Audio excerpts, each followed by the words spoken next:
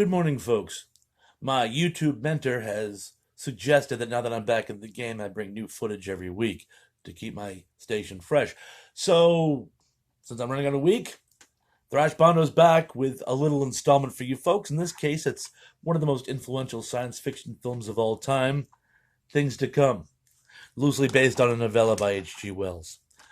Now, this is possibly the first post-apocalyptic film ever made.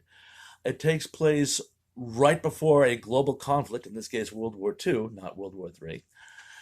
And instead of it resulting in a arduous but decisive victory for the Allies, in this case it becomes a long, grinding conflict lasting decades, which collapses the global economy.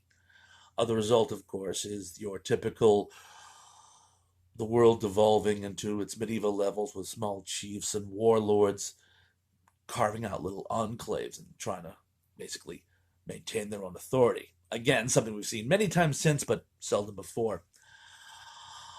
It also, in my opinion, is the alpha patient for the zombie subgenre, because as a part of new weapons that both sides bring out during this conflict, they create a new ailment, the soldier's sickness, which causes people to rise from a comatose state and wander aimlessly, spreading their contagion.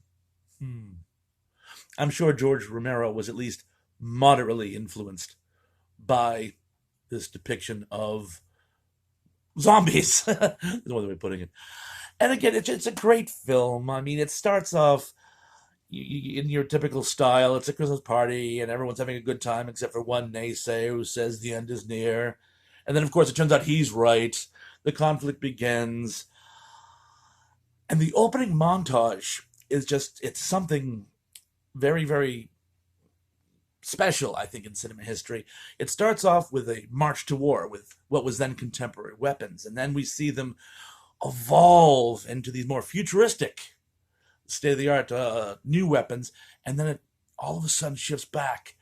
And they're pulling horse-drawn carriages and like using antiquated weapons. It's very reminiscent for you Whovians out there. Genesis of the dialects, the 1,000-year war between the Khaleds and the Dals, is lifted directly out of this film's, backdrop, I guess you'd call it. Anyway, I'm not going to talk about it too much. There's a whole second act, like all good epics.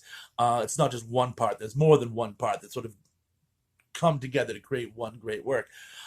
What I'm going to ask you to do is go out, see it, and you tell me how many influences in other films you can see.